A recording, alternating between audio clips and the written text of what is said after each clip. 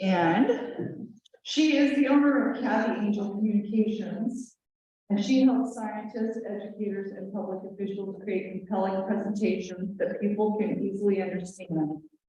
She offers in-person and virtual training classes and personal coaching to help agency staff become more effective presenters, communicators, and facilitators. For over 18 years, Cathy worked for Washington's Department of Ecology and coordinated one of the most successful training programs in the country for coastal managers and public officials. So welcome, Cathy. Come on up.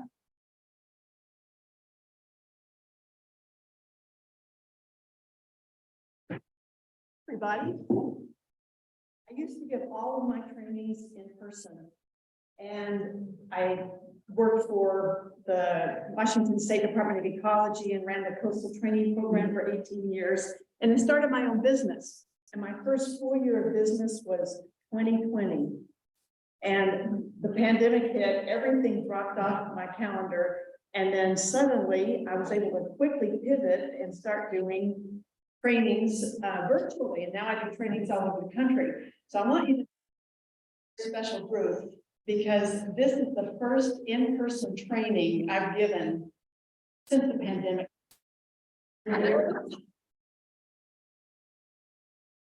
And it's very special that it's with the Conservation District because I just have a long history of giving training, a lot of my trainings. And so it's just always my heart to do anything with the Conservation District. And then I also just love Sleeping Lady. So welcome to all of you. Thank you for choosing my section out of a track of several really interesting looking sessions for this time period. And I also want to say hello to people who are joining online and appreciate you being here too. So just to get to know you all a little bit better, I have a question, and that is, where do you typically give presentations? And just raise your hand if what I say applies to you. Staff meetings, okay? Public meetings, meetings with elected or local officials, meetings with tribes or First Nations, meetings with volunteer groups, okay? Conferences, workshops, multi-day classes, okay? Academic courses, other. Okay, what's other? What would another be? Legislators. Legislator, okay, excellent, great. So what is your level of comfort with giving presentations? Extremely comfortable. I'll do it anytime I can. Hand raise, few hands. Somewhat comfortable. I'll do it if I have to. Okay. Not at all comfortable. Please don't make me. There's a few. Okay. You know, it's not always easy to give a presentation, and especially a science presentation where you're talking to people who may not be scientists. So if I could just call on you, what are some of the challenges that you have faced giving science presentations? Just raise your hand and I'll call on you and then just give your answer really loudly. Anybody? Yes. Defining terms. Defining terms, okay. What else? Sometimes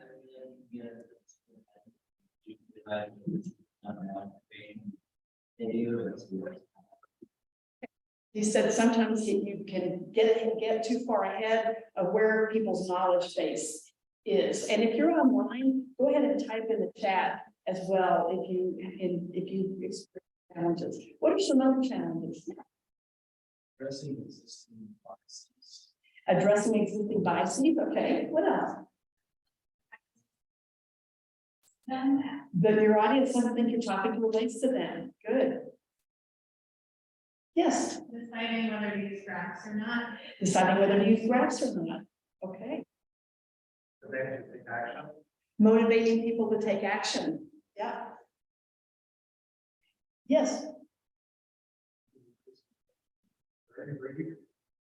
That's people.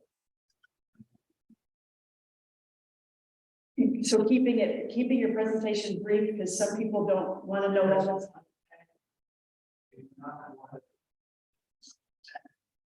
Yeah, non-technical people don't want to hear a bunch of technical information. That's right. Have any of you presented virtually?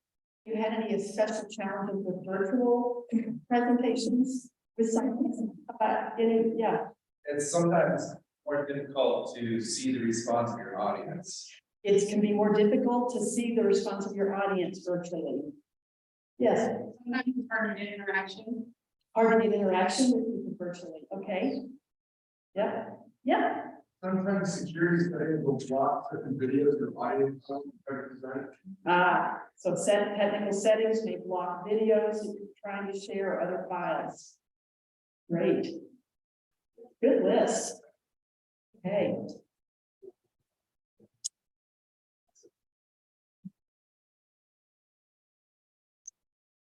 Good. I'm gonna get this to go. It's on, yeah, right. I was worried they worked those, I was glad they worked that thing out the last time. Now, we did practice this. It did work earlier. Oh, okay, it's working. Okay, so this is a true story. So about 4 years ago, I was at the Whidbey Island Institute here in Washington on a weekend retreat. And I was sitting outside right about here, visiting with a woman named Sandy. And Sandy, we were just chatting and getting to know each other. And Sandy asked me what I did for a living. And I said, well, I just started a new business on helping scientists to present clear and effective presentations that people can easily understand. Well, Sandy all of a sudden got very agitated. And she said, oh my gosh, let me tell you this story about a public meeting I went to last year. She said there was a scientist there who was so technical. Everything he said was over our heads. And it made me so mad. She said, I wanted to stand up and yell, I'm not stupid. I just don't speak your language. I'm not stupid. I just don't speak your language. And I thought, yep, that's about right. I'm going to show you that how understanding 15 key strategies will help you communicate science and data to non-scientists. And as we go through these strategies, I would invite you to watch on 2 different levels. One is as a participant who's here enjoying the presentation and being engaged with it. And the second is kind of at a higher level. I want you to watch how I do what I do, because I model everything that I teach. Just notice, how do I design my slides? How am I keeping that sort of thing? We're gonna learn these strategies through brain rules, some adult learning principles, and engaging visuals. So I worked for many years in a very sciencey world. And I hate to tell you how many hours of my life I lost to mind-numbing PowerPoint presentations. Do you hear me on that one? And lots of head nods. If you're online, do a thumbs up and the reaction button. Now, it wasn't that these presenters, because I go to these conferences all over the country, and it wasn't that the presenters weren't smart, talented people, because they were. And it wasn't that their topics weren't interesting, because they were. But it was just how they put their presentations together that just threw me into overwhelm, and I would walk out and not remember a thing they said. You ever been in that situation? So it was. I went to got a master's degree in adult learning a few years ago, or several years ago actually, that I learned why I felt like that. And while I was there, I studied a lot of science communication. And what it really comes down to is cognitive load. Now, who can tell me what cognitive load means? Any guesses? Any ideas? Maybe some of you have taken my other trainings. Yeah. How much information you can process if your brain shuts down? Yeah, how much you can process, how hard your brain has to work to learn something new. And I'm here to tell you that we often make people's brains work way too hard, especially when we're communicating about science. So why do we make their brains work too hard? What are some of the ways we do that? One way is we use jargon. Like in the story I told you a few minutes ago, it can really tick people off. If you're a lot of words that are familiar to you, foreign language to them, if you don't understand it. Maybe you use too many facts and data that just, if you overwhelm people. Maybe you use graphs that they don't know or don't know how to interpret. Maybe there are too many small ones on a page. And sometimes we forget to answer the all-important that every single person sitting in your audience is going to ask themselves, and that is, why should I care? Because if we don't answer that question within the first few minutes of someone sitting and listening to us, explaining to them why they're sitting there and why what you're saying is important to them, they're going to check out and not really listen to what you have to say. So the question is, how do we grab and keep people's attention? Because when we do that, they're much more likely to remember what it is that we have to say. Now, I can tell you we don't do it like this. Large titles, lots of bulleted text, and cheesy clip art. But don't feel badly, because a lot of us were trained to do it that way, and we all thought that's how you design a PowerPoint presentation. But pretty quickly, it'll throw people into death by PowerPoint. And raise your hand if you've ever experienced death by PowerPoint. Anybody? Okay, it's about everybody. All right.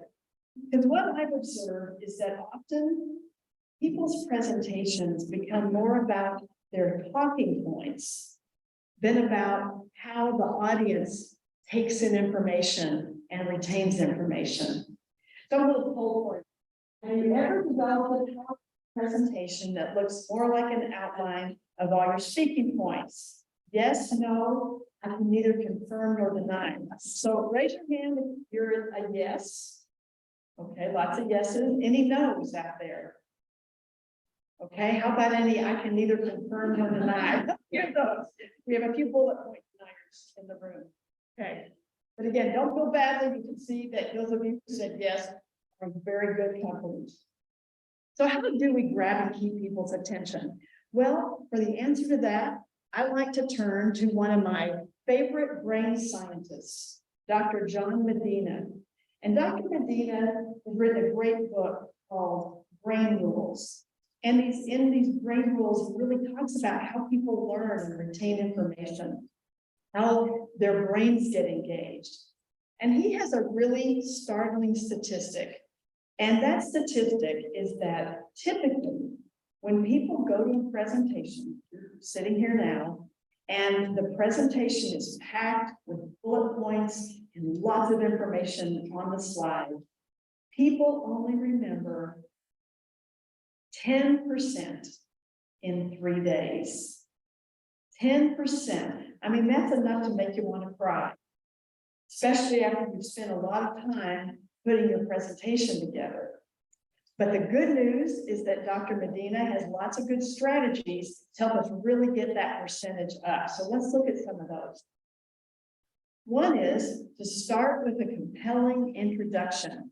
And he says your ability to create a compelling introduction may be the most important factor in the later success of your mission. Now, what does he mean by this? He's basically saying if you really grab people's attention right off the bat, they're going to remember for much longer what it is you have to say. And the way he explains it is that the first time we learn something new, those events that happen at that time play a disproportionately greater role in helping us remember the information at a later time. So the way I like to think about it is that we have these portals in our brain where information goes and we store the information. But the first time we hear something new, that portal is bigger. And if the speaker really grabs our attention, that portal is even bigger. So that's one thing that we can actually do as communicators, is we can help really grab people's attention at the beginning of your presentation, they're going to retain a lot more of the information. So here are a few examples. I have taught classes for several years now, and I'm always using great examples from the students. So here are a few. Did you know there are 12 different authorizations needed to construct an aquatic habitat restoration project? First slide, boom, ask the question. Here's another one. That's not snow that my coworker is standing in. That is road salt. And every year, over 18,000 tons of road salt is deposited on the roads in this watershed alone. What is scarier, environmental degradation or talking to your neighbors? I don't suppose Madeline Cooper is here in the room, is she? She's someone who took a 2-day, I had a longer training. She took it earlier in the year. I just thought this kind of cracked me up. I really like that. Why are these meeting planners so happy? Okay, so you can see what I've done here and what these students have done. Their first slide, the first thing, first of all, and I usually don't get into this too much in this training, but let me just tell you this. What if when they walk up to the mic, how do they normally start their presentation? Anybody? What comes out of their mouth? Cindy? Hi, my name is. What else? What's that? Yeah. Today I'm going to talk about so happy to be here. So those are referred to as meaningless pleasantries. And that's what your audience expects you to say. Well, don't do that. Your audience will love you if you surprise them with something. And these examples I just showed, just right off the bat, start giving them, open your presentation with impact. All right.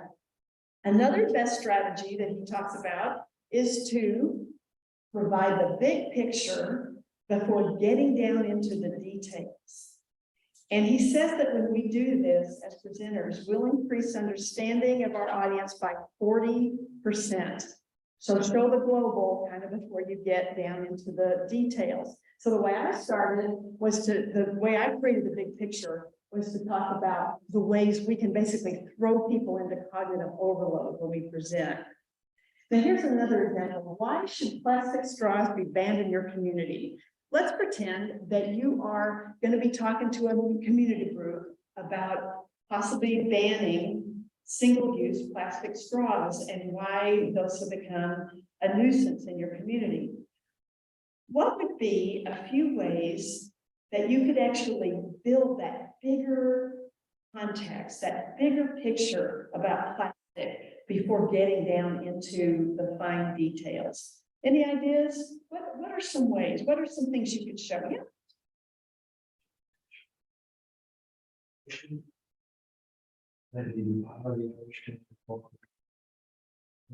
Massive amounts. They've been dumped in the ocean.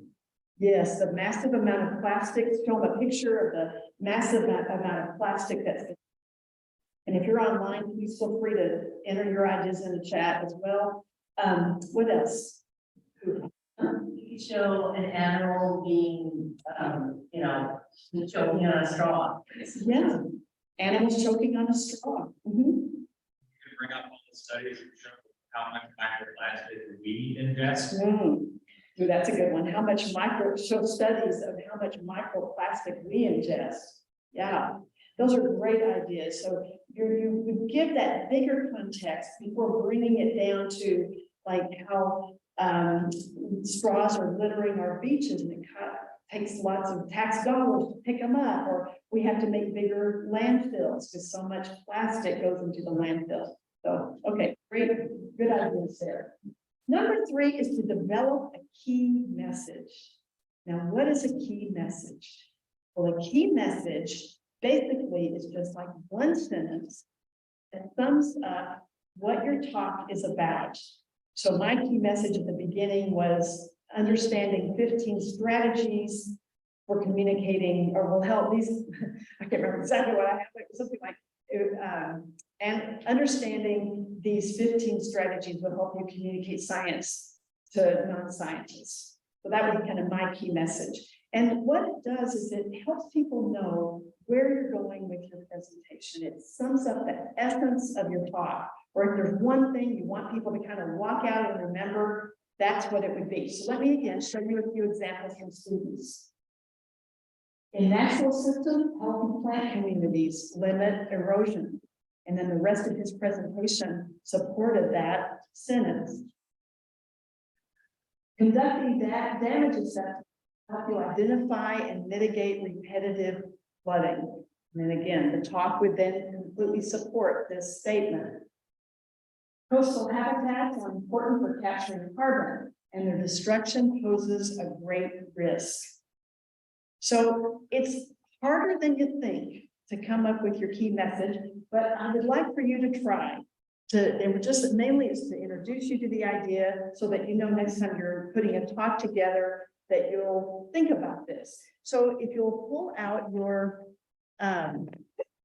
key message, it says key message examples.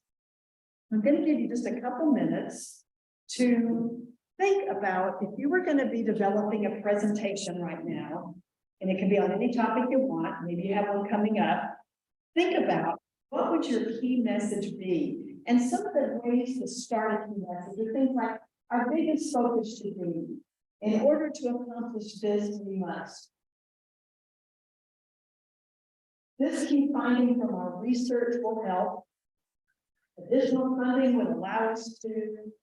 You can best support this group by the most important action you can take is, in order for this to happen, that needs to happen. And if this action is taken in X months, this will happen. So think about what your topic is, or make one up. But just imagine you're going to give a presentation at a conference, and you want to put right up on the screen, right at the beginning, after you open with impact, what the essence of your talk is. How would you boil it down? So I'm going to give you 2 minutes, and then I'm going to ask for a few examples. Okay, any questions before we go into that? Yes. No, these are more for inspiration, but you can write on the page. Yeah. Yeah, these are just to give you some inspiration.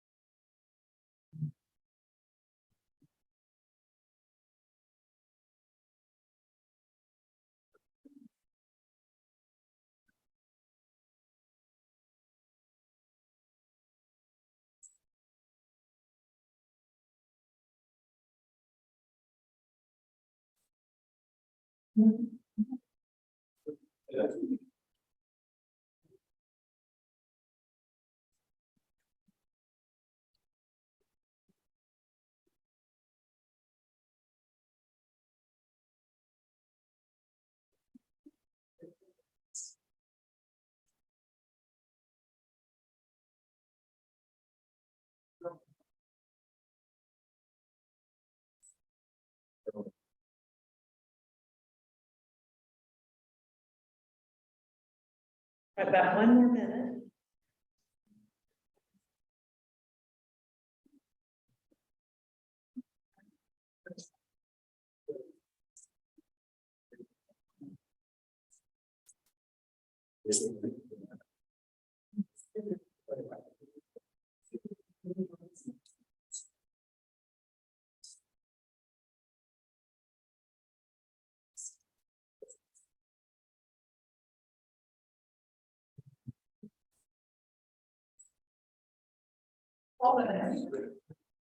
Okay, that's 2 minutes. Now, let me just say, 2 minutes, really not adequate time to write a key message. I just kind of wanted to get you in the mode of thinking about it. We spend 2.5 hours on this in my 2-day class that I teach. There's an organization out in the world that does this type of thing, and they spend like a full day. So don't feel badly if you didn't like get it in a crystal clear way. But I'm hoping a few of you have come close enough with a few examples. So is there anybody who would like to share what they came up with? Yes, and speak real loudly if you would. Increases downstream salmon survival rates. Excellent. That was good. Really crystal clear. I don't suppose it's possible for people to talk in this mic, is it? So people can hear? It actually won't help the online. It will help the online people. Okay. So would you say that one line at just a few words at a time, and then I'm going to say it so they can hear it? Oh, sure. Bring it up. It's in pencil at the bottom. Okay, thank you. Okay. Okay, here's, and what is your Mike? Mike. Okay, implementing best management practices in existing residential neighborhoods increases downstream salmon survival rates. Plain, clear, and his presentation now would explain how and why it increases salmon survival rates. Excellent. Thank you so much. Thank you. Anybody else? That's how we all learn. So I really appreciate you sharing, even if it's not absolutely perfect, or if you're struggling with one, I can give you a little live coaching on it. So anybody else? Yes. And why don't you come up here? You can. Okay. Oh. What is your name? Savannah. Savannah.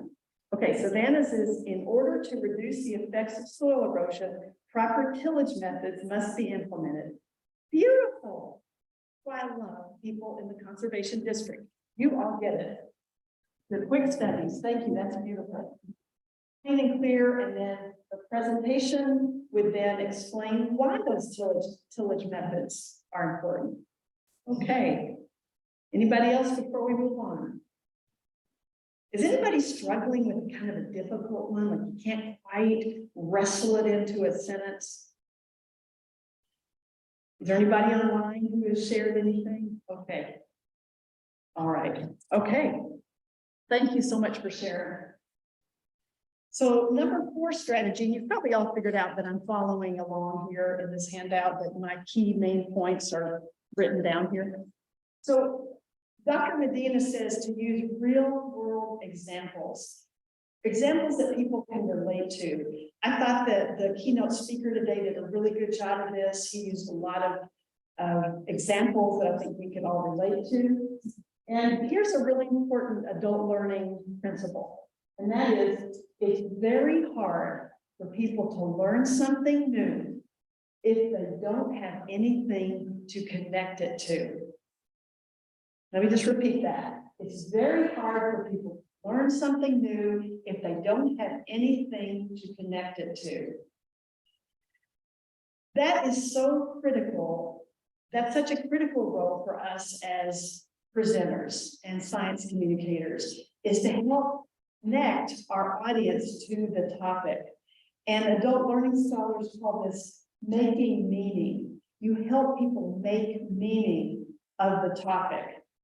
One way that the keynote speaker today helped us make meaning was one thing he said, how many of you played in the woods when you were children? And then you just immediately, I put you right there, you know, and help for me in a way to help me connect even more to the topics he was talking about.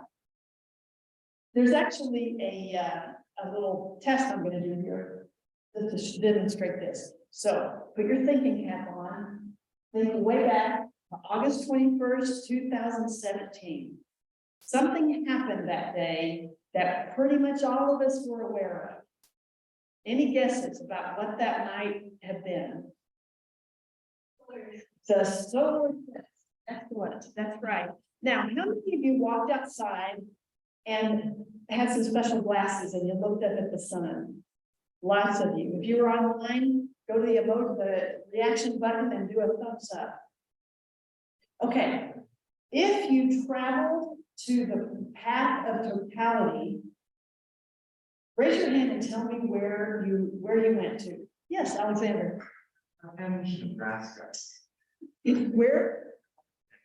Carhenge? Carhenge, Nebraska. That was awesome. That might be the best place I've ever heard. Okay. Yeah. Redmond, Oregon.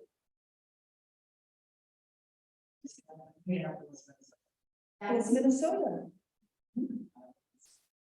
Lincoln City, Oregon.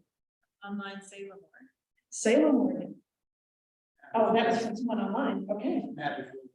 Madras, Oregon. Great. Anywhere else? Okay. Madras too. Okay, very good. So the unique about this solar eclipse, that first of all, we hadn't had one in 38 years. The path of totality was 70 miles wide. It went across 14 states and it lasted 4 hours and 4 minutes. Now, you see what I just did there? I helped you connect to your experience with the solar eclipse before I gave you some facts about it. That's just a little demonstration of how you can help connect people in. There's actually a learning theory around this. It's called the theory of, or the constructivist theory of learning. And I like to think of it as building a brick wall. And so as presenters, we can help lay some bricks to help people lay their prior knowledge on. Then we can add more facts on top of that. So how do we help people connect to their prior knowledge? We can ask questions. We can refer to their work.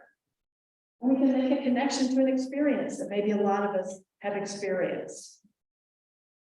Okay. Now, the next thing he talks about is to trigger emotions. Because Dr. Medina says that when we trigger emotions, it drives the information deeper into people's long-term memories.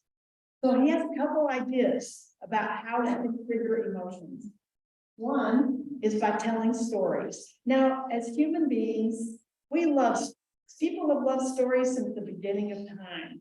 And the thing that stories do is it helps connect us to our hearts. And when we can connect to our people, can help them connect to their hearts, or our stories can connect to their hearts, it helps them remember the information, but it also helps them experience what we're saying in a really different way. It's way more than just getting a bunch of facts that would appeal to their brain and just the cerebral part of their being. Help get into their heart. Here's an example. Mr. Park and Mrs. Kang have owned this dry cleaning business in Seattle for over 36 years. Now, for many of those years, Mrs. Kang would go home at the end of the day and she would have headaches. She would feel, her brain would be foggy. She'd be really tired. She just did not feel good. Well, a few years ago, they got rid of their dry cleaning equipment and they brought in professional wet cleaning equipment. And now Mrs. Kang feels great at the end of the workday. So if you are giving a presentation to a group of dry cleaning business owners, you would tell a story like this to help them relate, to help them go into their heart before talking about how horrible the chemicals are in dry cleaning, in the dry cleaning business.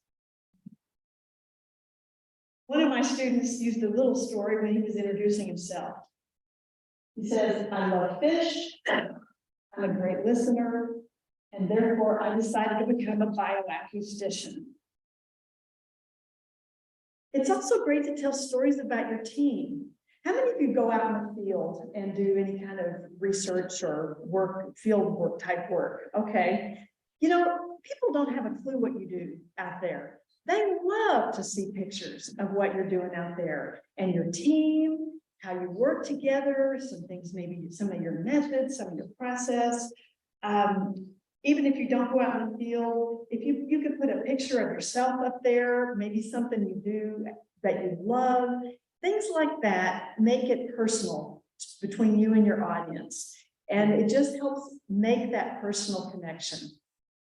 Okay, another way that Dr. Medina says that we trigger emotions is by using large photographs. Now, let me show you a few examples here. We're talking photographs that are stretched border to border. They fill up your slide.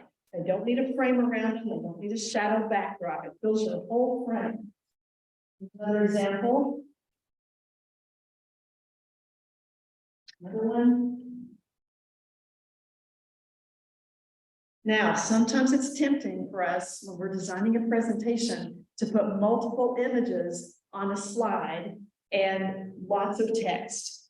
But see how you feel differently in your body looking at this slide and looking at this one. Are bulkheads the answer to sea level rise? Here's another example. How do you feel differently in your body looking at this one and looking at this one? How do you feel differently? And feel free to chime in the chat, you online. It feels more immersive. You're just looking at one instead of like taking a step back and looking at multiples. Yes, it feels more immersive. What else? You get more perspective on what's going on. Yeah. You can see more details. You can see more details. Right. When we look at a slide like this, we're just looking at 3 images on a slide, just sitting on a slide. But when we see an image like this, we're in the slide. And again, your audience will love you if you help them feel immersed and engaged in the content of your presentation. And photos are so powerful. Anything coming on the chat? A comment, concentrating on one image versus being pulled between two. And Okay, not distract. Thank you. Concentrating on one image versus being distracted and pulled apart by looking at 2 different ones. I get that, maybe. Okay, good. Now, Dr. Medina, remember back to Dr. Medina is 10% statistic. Well, Dr. Medina says that when you use a photograph, and I'm going to make it a big photograph that goes along with your content, it helps increase people's understanding of the content by, any guesses before I just shout out a guess if you think you know what the percentage might go up to. 50%? 45%? He says it goes up to 65%. Now I'm going to underscore that because this is one of the simplest things we can do as presenters. Make our photographs big. And and he says this is a superior way to help people remember the information and understand what you're talking about and being engaged. Let's talk a little bit about slide design. Now, this kind of started us off on slide design, but there's a bit more. One of my gurus is called Gar Reynolds, who has a couple of books, Presentation Zen and Presentation Zen Design. Anybody ever seen these books? Okay, and you'll notice on the back of all the books listed that I mentioned or referred to in my presentation. He is someone who used to work for Apple back in the day, and now he lives in Japan and he travels around the world and he teaches presentation design. And so he uses the Zen principles about simplicity and how to lay things out, colors and that sort of thing. It's really beautifully done books. And one thing he says is that as presenters, it's often tempting for us to put every important thing in our slides. Now, why do we do that? Well, often we're experts in a certain topic, and we don't want our audience to miss out on anything that we think is important. But what we actually end up doing is just a big data dump on their heads, and they check out. He says you want to stay away from something called a slideument. Now, a slideument is not a document, and may have a lot of words on it, lots of document, and it's not really a slide. So and sliduments aren't effective. Let's look at a few examples. Here's a slideument. Here's a slideument. Here's one. And these are bona fide. Let me tell you, these came out of the course training program, some of the classes we had back in the day, so this is real. But here's the truth about text, and this is backed up by research. It is impossible for someone to listen to a presenter talking and read a lot of text on the slide at the same time. And if the speaker is paraphrasing the text on the slide, it's even harder to take it in. Because Dr. Medina says that our brains are social processors. That means that we can flip back and forth between two different things really quickly, but we still are really only paying attention to one thing at a time. So luckily there's some strategies again that we can use, because clearly we need to put some text on our slides. So how do we do this? Number one, and this is one of Gar Reynolds' favorites, use one concept per slide. One concept. Let's look at some examples. In 2018, the Swimmers Tribe welcomed over 100 family canoes in the tribal canoe journey. Roots are the bank account for your grass. Any Emily Carlson in the room, or does she still work for the CD? I'm not sure, this was a while back. Non-native eelgrass is increasing faster than native eelgrass. Failure to comply with King County water quality regulations will result in fines ranging from $500 to $10,000 per day. Now you may be asking yourself, is she suggesting that I put a whole lot more slides in my presentation? Yes, that is exactly what I'm suggesting. My theory is to use a lot of slides and go fast, because it'll keep your audience way more engaged, and it'll be way more enjoyable for you as the presenter, because you're not having to remember so much on each slide. So it goes much quicker for you. It's way more fun. Along the way to help you remember the information. Now, Gar Reynolds said that there are three things that are sort of a trifecta of perfection when giving a presentation. One is your slides, two, any notes that you might need to refer back to, and number three, handouts. I call these key point handouts. This is what you all have. Now, this is very different than a leave behind, right? Like a reference document. This is an interactive document that follows your main points of your presentation with room for people to take notes. Now, I like to say that key point handouts will set you free, because you can design your slides in a way that's going to help your audience take in the information while resting assured that your critical points are written down in their hands as well. Now, in the coastal training program, and some of you may remember this if you ever took any of the classes through the coastal training program, we used to print out that for everybody. Maybe we put 2 slides on a page, but we hand out these little, we bind them and everything, and everybody would come to our classes and they get this thing. And then we did a survey and said, how many of you really go back and look at these PowerPoint slides?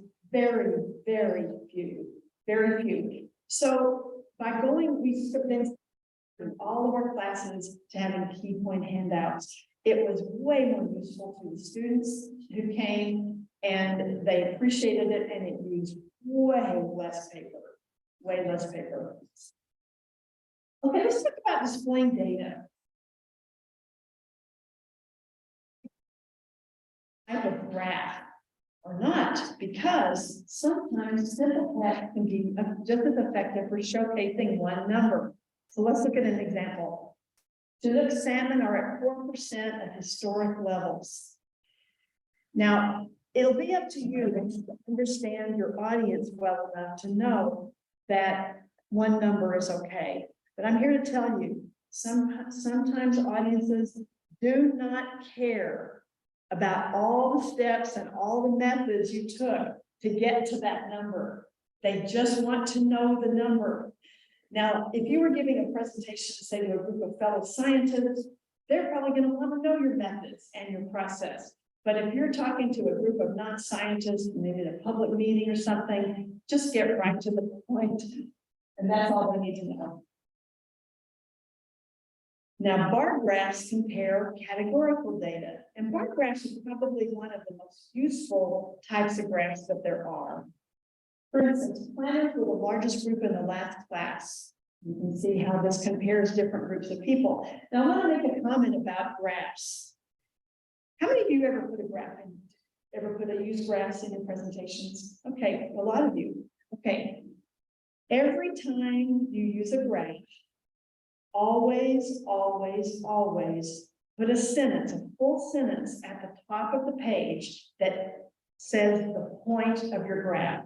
And that will help people get to the point. They'll understand what you're talking about. And people read from left to right, and top to bottom. So putting it at the top in sentence form in a way that just makes sense versus like just a two-word title or something. So this is one of the easiest things you can do to help people understand what your graph is about, because not everybody knows how to read a graph. Now, line graphs show trends over time. And this is an example of one of my former students who used this line graph to show the decline of the Cherry Point herring population. Now, I know there's some people here from Whatcom County in that area, so you may be familiar with this precipitous decline of herring. And the other thing that my student did was she used some animation to put some circles around some things that were going on over time at the same time. Now, I don't recommend using a pie chart. Pie charts are very difficult to read. They're hard. It's hard to read the labels. You're asking people to compare weird shaped slices. And then sometimes it's tempting for some people because it's encouraged by some to make it 3D because I think it looks cool. Well, 3D makes it even harder for people. So unless you only have like 2 or 3 things that you're comparing, where you can put the labels in larger font right over the section, I would stay away from charts. There's a great book that I recommend if you deal with data at all to have in your library called Storytelling with Data by Cole Nussbaumer-Knaflic. And it's a beautifully laid out book. And in fact, I'm designing a class with another science communicator that I'm going to be offering virtually online and probably by the end of the year on this very book. Because it's so awesome. I've wanted to do it for years. But she has a term that was new to me, and maybe it's new to you as well. And that term is pre-attentive attributes. And what this means is that we can help draw people's eyes to different points on our slide where we want them to look. And we can do that with animation, we can do that with size, with shape, with color, that kind of thing. So let's look at a few examples of pre-attentive attributes. Go back to this graph. What did I do here? What's the pre-attentive attribute that I did in this slide? I made the bar blue. Yep. And what's the attribute here? Right, the red line, and a box around 103% increase. This is another slide, another slide that uses red boxes to help you know where to look. So those are great tips to do. Now here's a fun part of our talk today, and that is the slide makeover part.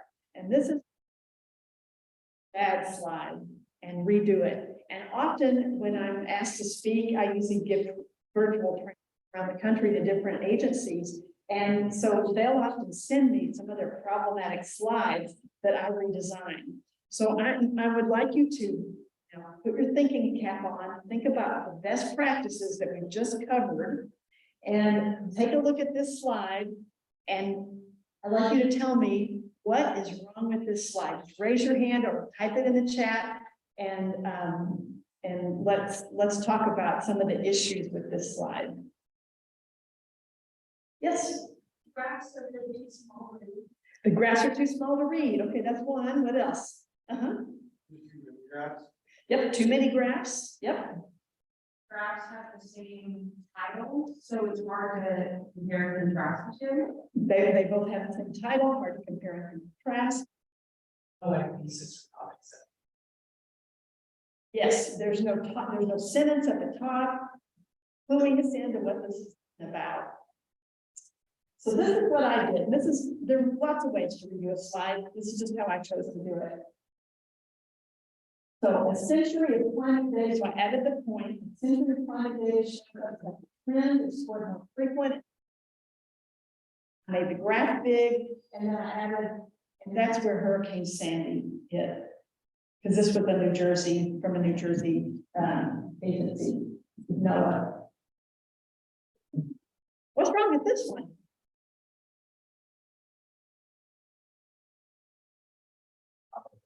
Too much text, that's right. Now, before I show you how I redid this one, I want you to take this in.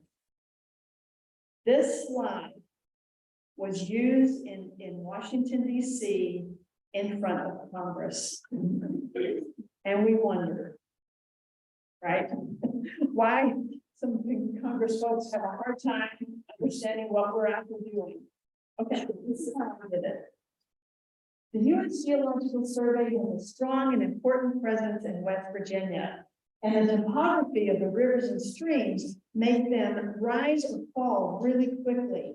So now we have there are approximately 200 stream gauges that measure the water level and flow in the streams. So why do we have these stream gauges? Well, they help us answer questions like, should we issue a flood or drought warning? Are the conditions safe for boaters and other recreational users? Will the water supply be sufficient for reservoirs, drinking water, and wastewater facilities? That's how I redid that one. So as you can see here, I'm trying to make these slides come alive for people. Okay, now it's your turn. I'm going to give you just a couple minutes to take a look at this. Or not even a couple minutes. We're just gonna look at this, take it in, and pretend that you are a geology instructor, but you're talking to a non-technical audience. These are not budding geologists. These are people who are just curious about this topic, about a little bit about the glaciations, and they want to know a little more. So if you could do anything you wanted to this slide, what would you do? You can do anything you want. Yeah. Whole right side. Remove the whole right side of the slide. Take a picture of that clip and blow it up with the entire size of the slide and superimpose the stratigraphy on it so you can see all the layers later. Okay, so he said you can blow it up big and put the stratigraphy scale next to the actual clip or face. What else? And if there's anything in the chat, okay. Yes.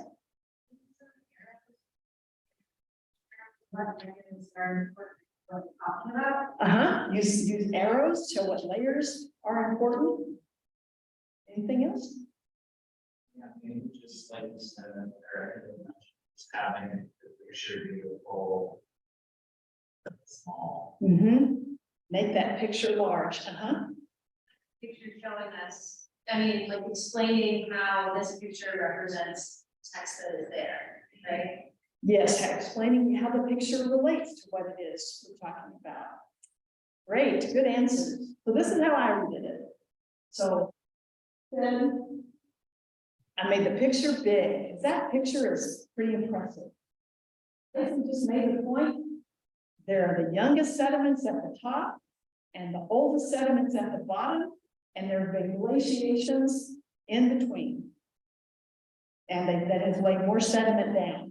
So again, and you could get these arrows, you could get more technical if you felt like one of the glacial periods was important, you could put that in. But I think you get the idea at how much more effective that is. Okay, moving on from slide makeovers, we're now into maps. Now, how many of you ever use maps in your presentations? A lot of you. I did a survey back when I was with the Coastal Training Program. We did a big needs assessment of people all over Washington who were taking our classes, and we asked, What two educational tools do you find the most useful? Number one was photographs and number two was maps. So people love maps, but there are a few things that you can do to make them more engaging and to help people know where they are in space. Okay, so the idea is you want to start with the global and then come down to the details. So for instance, if there's a project going on in Washington, you could show them where it is, and then you can have a map and bring it in closer, and then even have like a aerial view showing, and then talk about your culvert process. And always have a point of reference. Always have a point of reference on your maps. So again, so people know where they are in space. Now, before we go to the next slide, I know it's afternoon and I can see some heavy eyes. Could everybody just get up for a second and turn around a few times? Let's turn around, let's stretch. Oh, work it out. Raise your arms, bend one way or the other. We are just half an hour away from freedom. Okay. Sit down, thank you.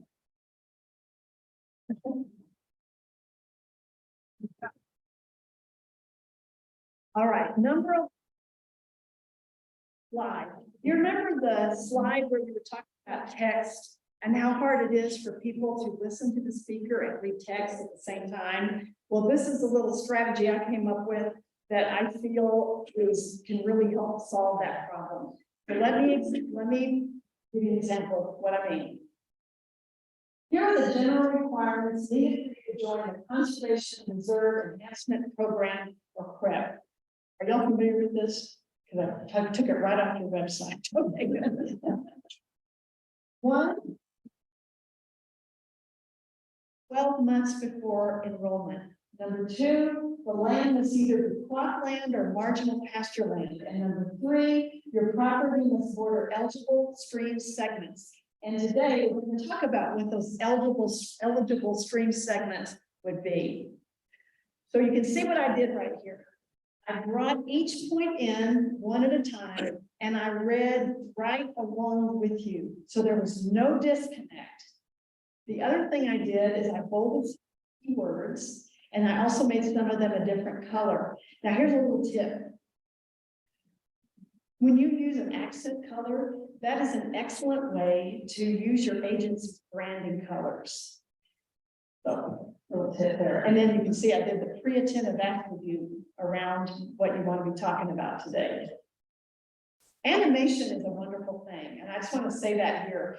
As you can see, I use animation all through, but it's simple, it's subtle. I don't need anything flying in or bouncing or twirling. Just have it appear on your screen. It's just subtle. Okay, number 12, use before and after slides to show contrast. This is a really powerful thing, especially if you're wanting to help move people from here to here, which I know a lot of you do that type of work. You want to convince people to help, like create a forest management plan or something, do something that all the good work you all do as conservation districts. And so here's an example. This was a workshop I was involved with several years ago that we were giving to real estate agents. Because we thought if we could convince real estate agents that bulkheads along properties, on waterfront properties are bad, maybe they can help be the ambassadors to get it out, the word out there. So we had this day-long workshop. And in the morning, we had the Department of Ecology there talking about regulations. And then we had Fish and Wildlife there talking about how bad these and for the critters.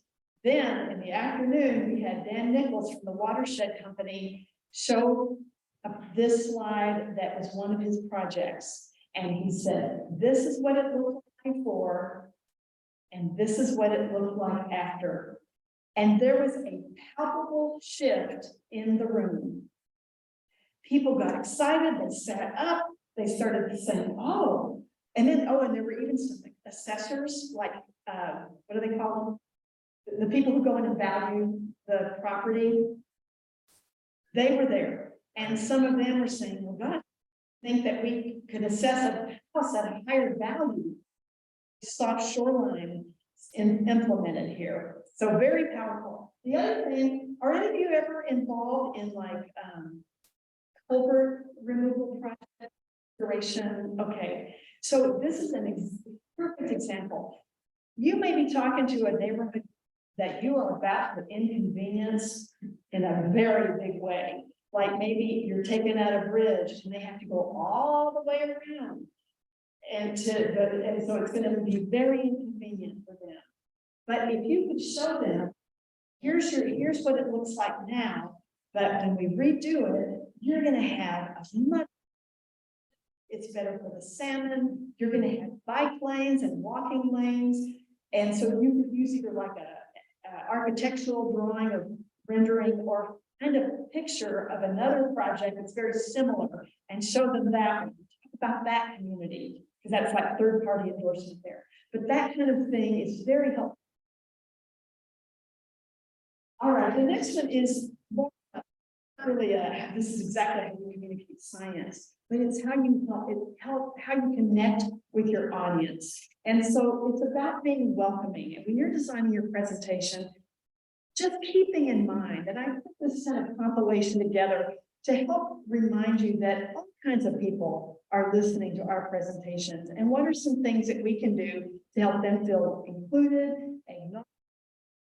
Before I show you my list, I'd love to hear from you. What are some of the things that you've done to help people feel included or acknowledged or welcome?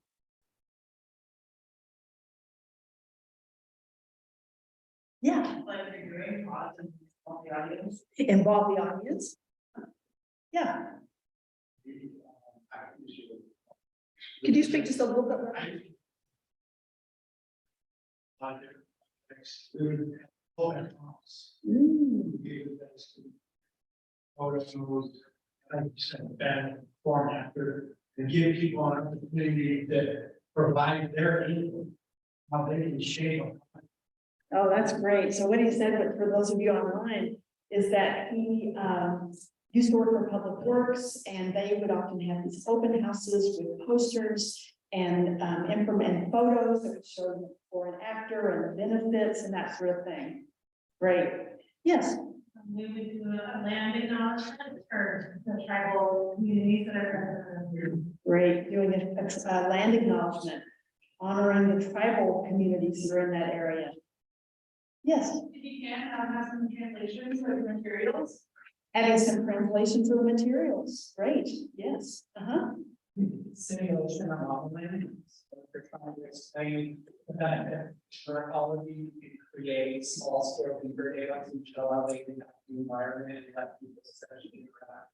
Ooh, that's a good one. I like that. So basically what you said is do sort of a simulation and create like a beaver, a model of a beaver dam or what'd you say, a house? Yeah, their dam, their house, and then let people interact with it. And then interact with it. Yes. Subtitling, okay. Checking in with your audience, engagement, or saying, this kind of thumbs up, thumbs down, those kind of things. I like that. Checking in with your audience, thumbs up, thumbs down, like this. Let me check in with you. How are you all doing? Thumbs up, thumbs down, sideways. Okay, good. Lots of thumbs up. Okay, excellent. Here are some of the ones I came up with, which are some of what you came up with as well. Throwing diversity in your slides. Starting with the land acknowledgement, including your personal pronouns. I usually do that when I've gotten so used to having that on my, when I do Zoom trainings, I just have that right, I have she, her, right by my name in my little panel. Using gender inclusive language like humankind instead of mankind, or staffing a table instead of manning a table, that sort of thing. Inviting people to share their experiences. Now, how many of you work with adults or when you're presenting? Okay. Adult learners love to share because they, as you, have rich experiences that can only enhance and add to a training. So it's really great when you're designing your training to have some time for people to share. Even if just, a quick hand raise, or maybe they share in small groups or that sort of thing. And then using people's names. So, when I'm doing an online presentation, as people are coming in online, I can see their names. So I welcome every single person as they're coming on into the training. Now, this is the interesting thing, and this is again, just has to do more with it's a professional type of thing. And that is when you designed your presentation and you finished all the editing, save it as a PowerPoint show. You heard about this? I didn't even know about this a few years ago. Save it as a PowerPoint show. This is what that does. It opens your presentation up on the very first slide. Because we've talked about opening with impact, grabbing people's attention. It just kills that. When the presentation comes up and they can see your first few slides and you're searching for the little icon to click to start it as a show. This just pops it open right up there. So that's a little tip for you. And the last one is release the template. This is a little delicate because I know, and I can't remember what the conservation district stance is on this, but the idea here is to get away from templates that look so that each looks the same. And I kind of overdid it, of course, a little over the top on this one, but just to make the point that the problem with templates is that they can take up a lot. And it's a lot more effective just to start with a clean blank slide. It's just fine to have your logo and branding information on your first slide and maybe on your ending slide, but it's really best to start with a blank slide. Now, sometimes people say, well, what if my presentation is going to be posted online, say at a conference, and someone might download one slide and they won't know where it came from? That's a very good objection. So what I would recommend for that is just to put in teeny tiny information on the bottom of each slide, but then something that's real discreet and subtle. And here's a little brain science for you too. Our brains are hardwired to notice difference. So what do you think happens to our brains when we see the same slide design, slide after slide after slide after slide? What happens? Brain loses interest. Our brain loses interest. Right, we get bored, we check out. So that's another reason. So I always let people know, taking my trainings now, you're the ambassador. You can carry this torch out into the world. So today we've learned that understanding 15 key strategies will help you communicate science and data to non-scientists. Now, what have I just put up here in front of you? My key message. I began my talk with it pretty close to the front, and then I've ended with it. So that's the other thing I want to demonstrate here is that you start and you end with it. And that way now you'll walk out of the room, even if you may not remember what all the 15 strategies are, you'll remember that there are 15 and that you learned something to help communicate better. Maybe you'll go back to your handout. So, okay, so I'm going to turn that off and I am now, it's about 20 till. So this basically is time for you to ask any questions that you might have about anything related to training or anything.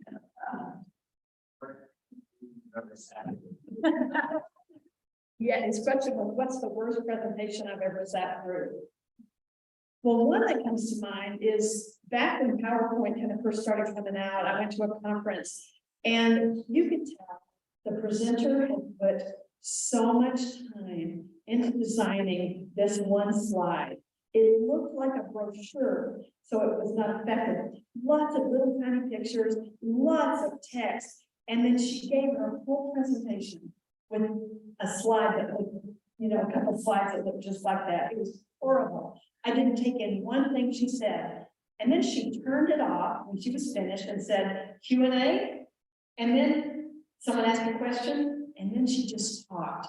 And then I could finally understand what she was talking about. So that was one really horrible presentation. Yeah. So how can these strategies be adapted to doing a poster presentation? Poster presentation. You know, the key message right there. Figure out your key message and then that should be big. Now, let me tell you about poster presentations. Now, if you want to ask me about horrible posters that I've seen, I could go on and on because every year we have I was with the National X-ray Research Reserve System, and we would have these national meetings. And at like the first night or two of the conference, there'd be would be the public, like meet and greet, walk around with a glass of wine, and people would have these posters all over. I just got to where I would stop going to them because there were these posters packed with information. It was too much. It was overwhelming. And so I found the ones that were the most interesting had, no big surprise, had a large image or two and a key message, and just a really clear key message. So I could walk along, I immediately know the point, and if I wanted to know more, I add it. But I would say just keep them simple, keep them to some maybe your main findings. And often people are standing by their poster. If people want to know what your methods were, they'll ask you. Have y'all found that to be the case as well? There's a great video out there somewhere. Maybe you've seen it. But it really kind of turns the whole idea of having a poster on its head, and it is very similar to what I just said. You want it big enough where people are walking by and they see something and say, "Ooh, that was interesting," and they immediately kind of know what you're getting at. Yes. You know, the most passive function on that, using this specifically in the all day, like we thought it was.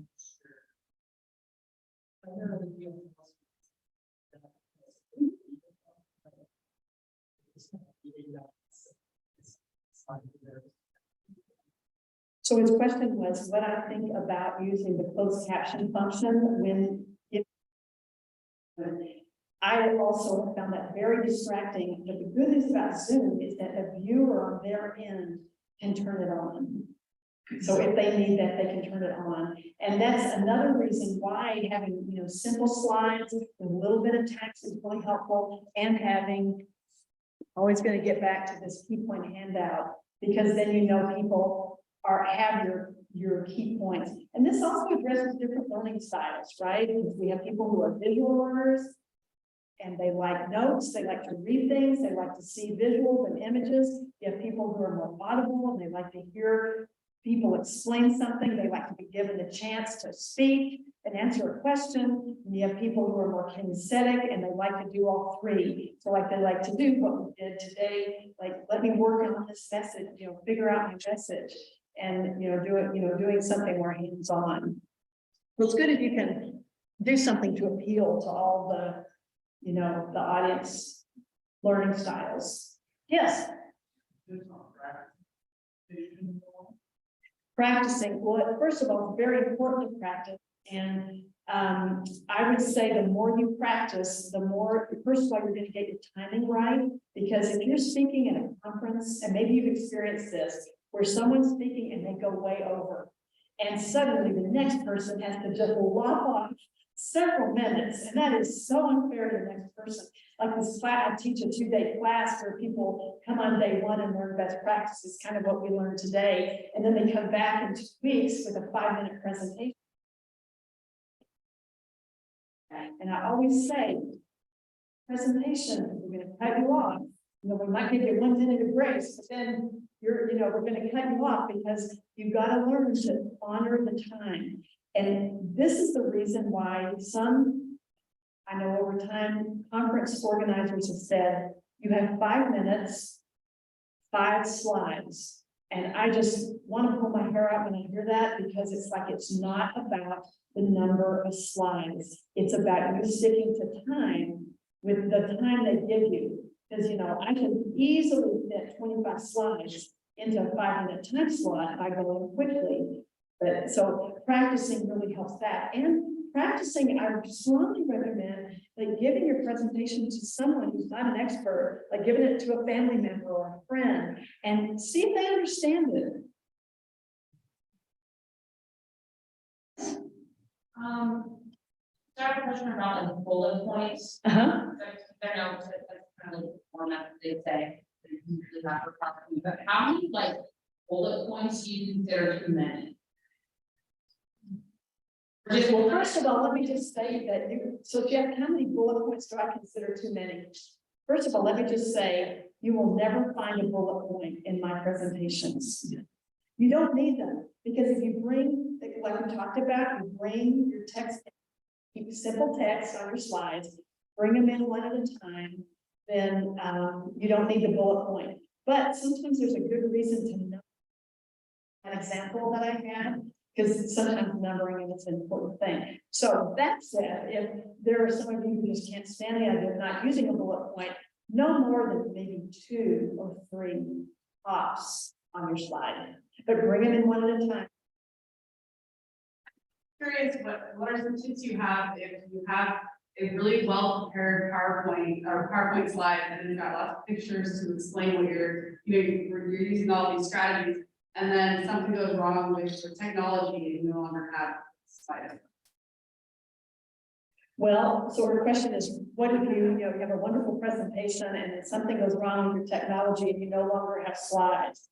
That's a tough one, and you just pray that that does not happen.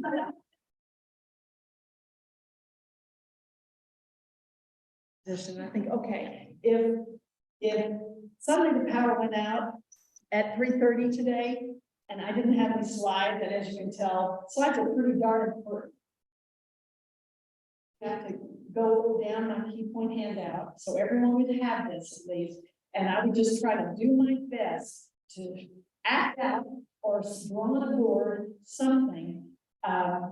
So that's another reason why we want like a handout like this, because that would really help you. But let me just tell you something there. This actually happened to me. I've never group because this was like kind of more in my little bit more distant past.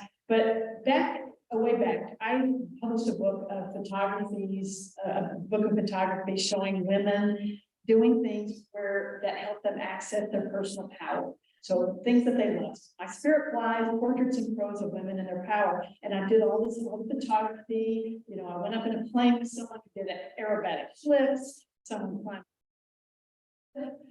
I did everything. I was out there with these women doing whatever it was they thought would put them in that sort of place of inner power. And so I was invited one March to give a presentation to the Naval Base in Everett, that they wanted me to speak for Women's History Month. And of course, I was like, really? Wow, okay, I can do this. I drove in the pouring rain from Bellingham down to Everett, and I went in the room. They advertised my presentation as a major multimedia event because I was going to be showing my black and white photographs that I'd taken, telling stories. And there was the biggest screen I had ever had in a presentation room. It was from floor to ceiling. And I got there and I just had this niggle and I thought, something missing. Now, this was in the days of slide projectors. Some of you, probably before you were born, the reels of slides, right? At my projector, I had forgotten my slides at home. I called a friend and I said, can you have someone courier down my slides? Because I had about an hour. I thought they could make it in an hour. And then I've never been able to say this, and I love saying this. I posted a courier to come and deliver those slides. So I started giving my talk. Slides weren't here yet. Started giving my talk, and I kept moving the content forward, putting it where I would bring my slides up. Like I told my whole story of kind of how I came into my power and all that. And then I could not put it off. And I said, okay, everybody, something's happened today that has never happened before for me. And I have forgotten my slides.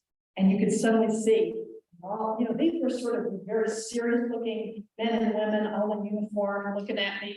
And at that point, they were with me more than they had been. Because they appreciated somebody being able to think on their feet. And what I did is I took my book and I turned to a page and I would just describe the image. Okay, here's my pilot friend Carrie, who is in her plane, her headphones are on, little tiny Cessna, and she's looking out the window about upside down loop.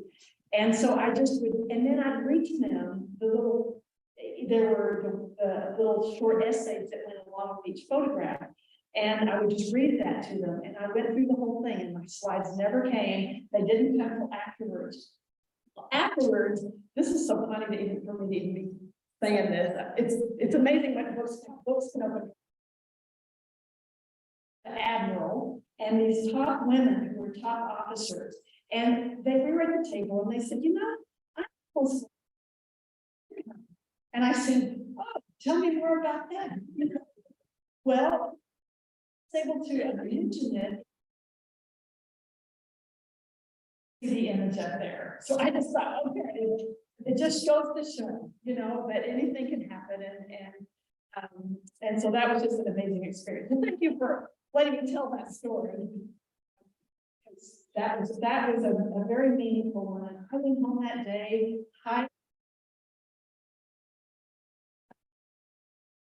my worst nightmare, and jumped over that hurdle, and it ended up being a good thing. Yes.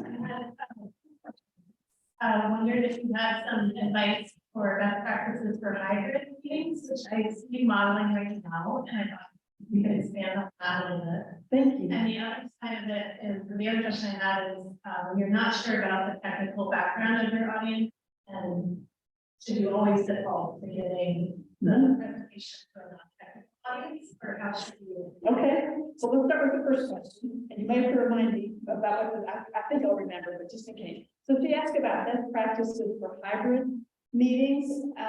So what I would say is, what I'm trying to model today, it's tough. It can be tough. Thankfully, we have Jan here on the computer. You've got to have a second person staffing the computer and interacting with people online so they do not feel left out. Remember to look in the camera and acknowledge them and invite them to participate. So, and you know, as far as, I know hybrid's kind of a thing, but I would say if you're doing even like a staff meeting, it's almost, in my opinion, better to have like either everybody together in person or everybody online, because it kind of equalizes the playing field. That is my personal opinion. Now, the second question you asked, let me bring it up, was, I don't remember.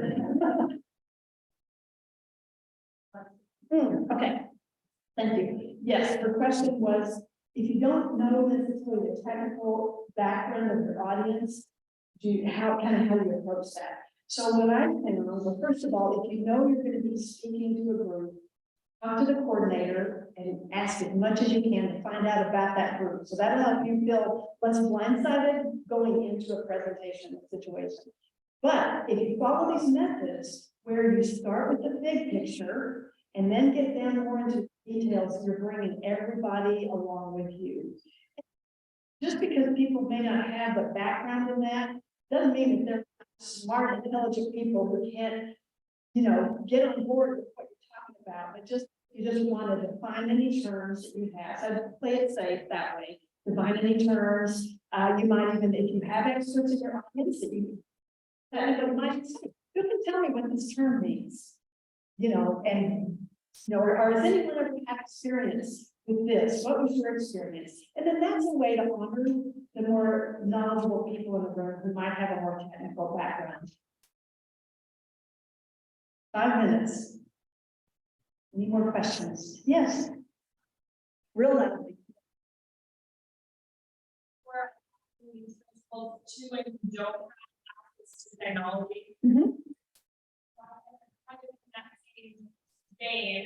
When you have a multi-generational audience.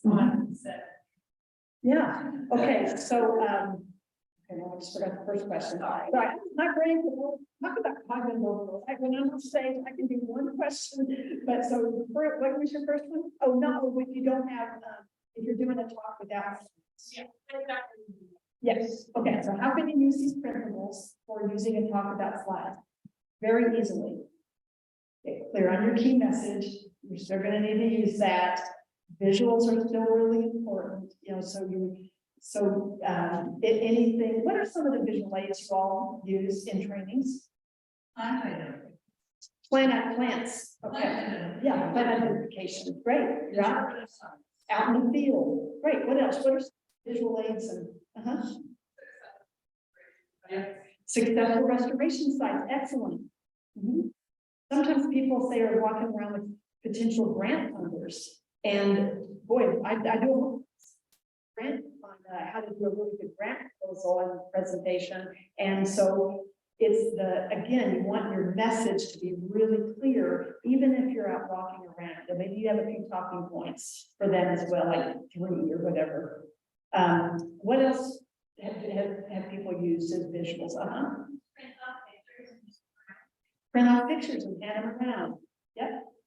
And the same thing still applies as far as connecting, helping them connect to your topic through somehow relating the information back to them, make connection. All those adult learning principles still apply.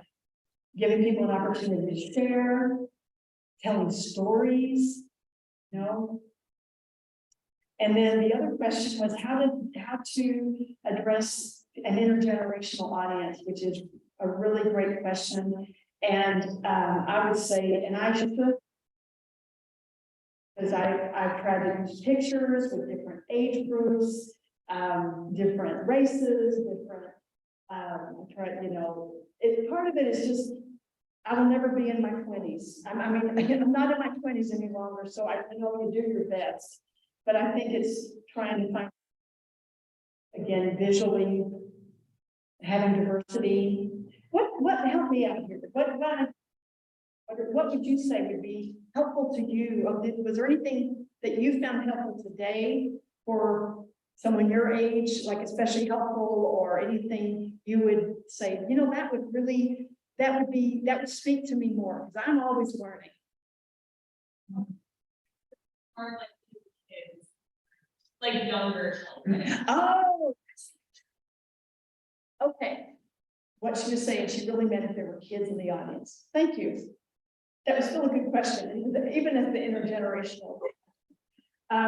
So if you have kids in the audience, you know, it's kind of the same thing. They still appreciate it. They amp up the stories, make your presentation shorter, make it really clear, lots of photos, get them involved. Kinesthetic learners. And we have 1 minute.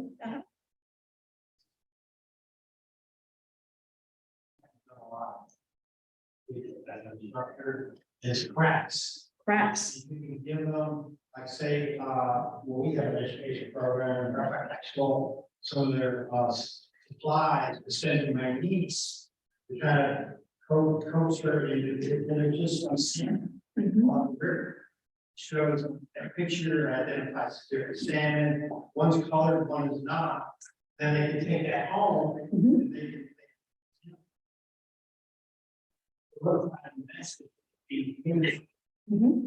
Yes, so what he's doing was crafts with kids and helps solidify that message.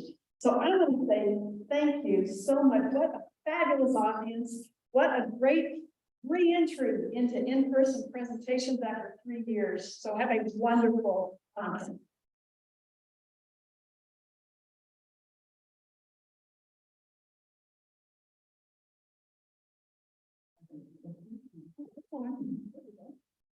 I just want to say thank you to Cathy. She's pretty awesome. I don't even know how many of her trainings I've taken. It's at least 6 that I can think of, and probably more than that. So thank you. And from every presentation, I've gotten great takeaways. So thanks a lot.